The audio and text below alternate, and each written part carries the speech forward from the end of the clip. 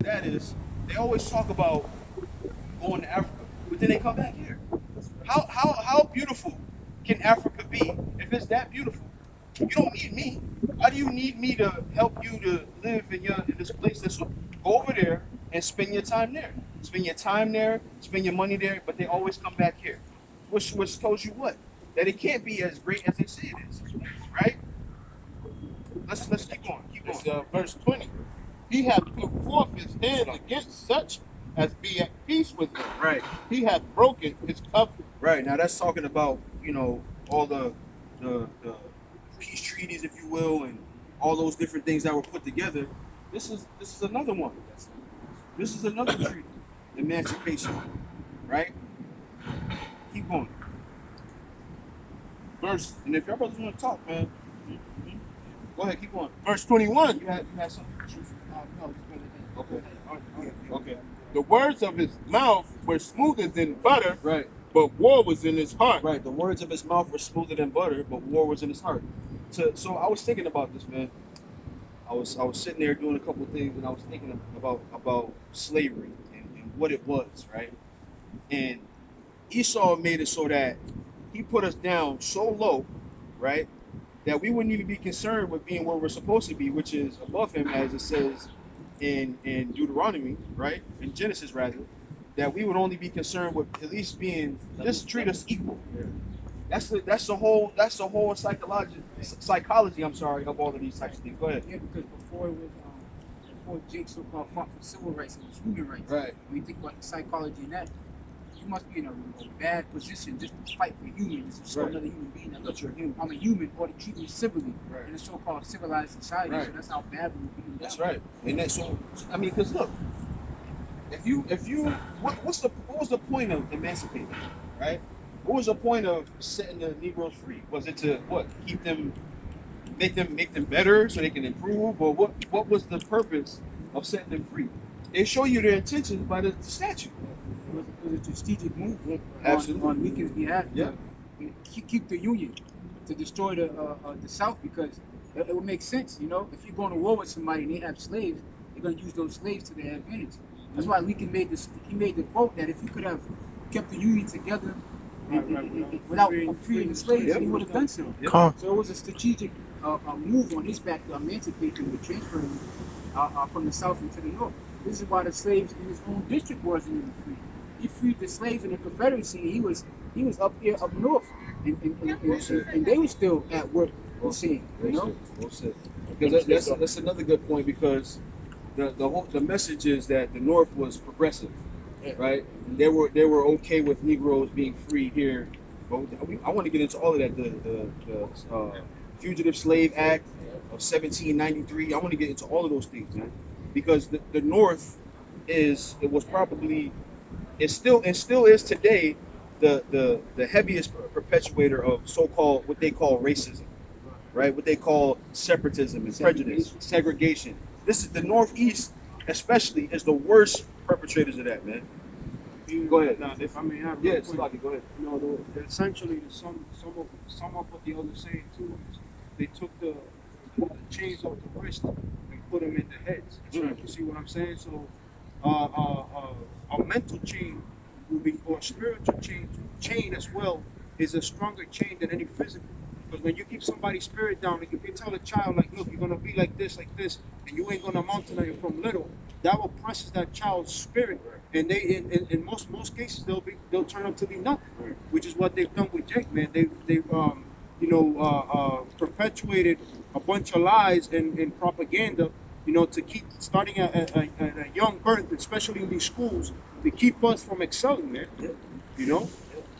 So there's an old story or parable that talks about the elephant that was held by the rope, right?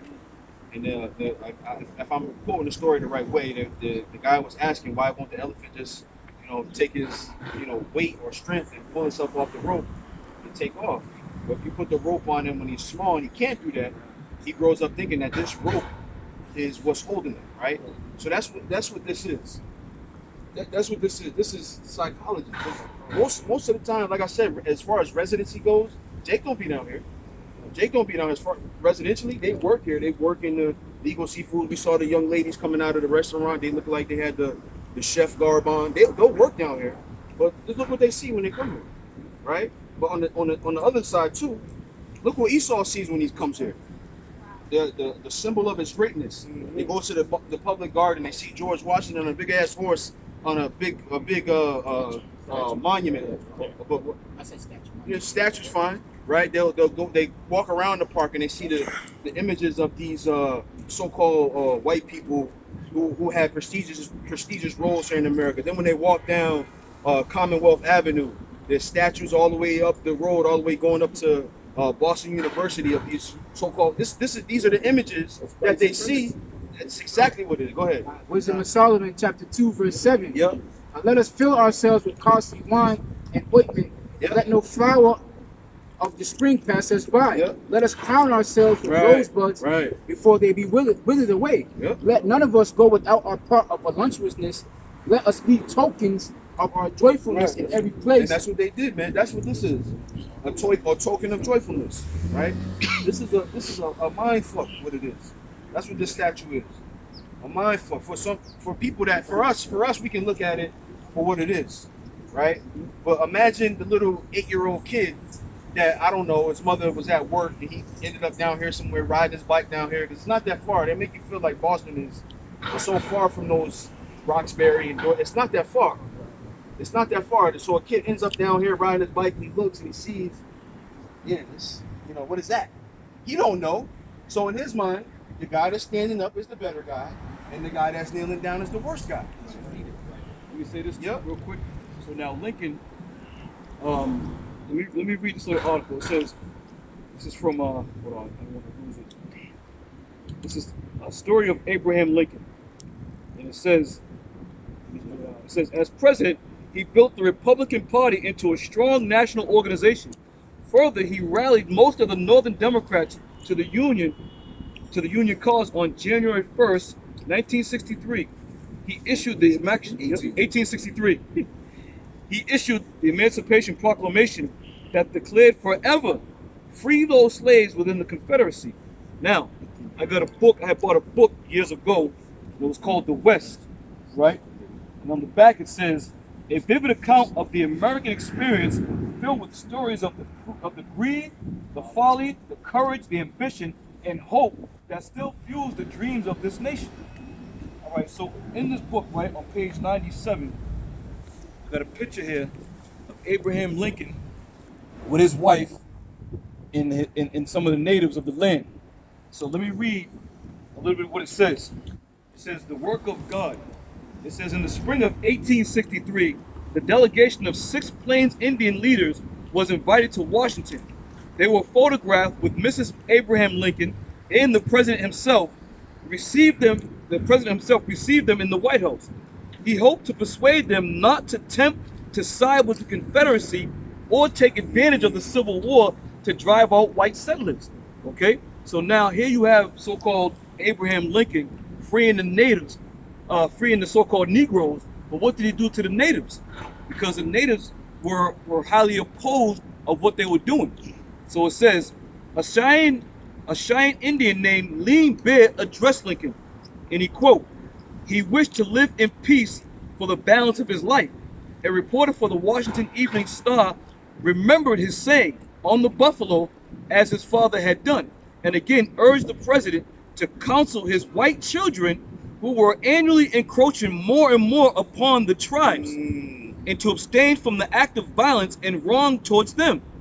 He deplored him and said, the war between the whites now being waged, and expressed the determination of the tribes not to take part on either side, and said that its end would be hailed with the joy of them. Now, going down now, keep in mind, he took this picture right here, right, with the natives.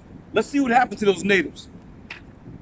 It says, the Coa and the Cheyenne leaders gathered together in the executive mansion of the Washington, D.C. in March 27, 1863.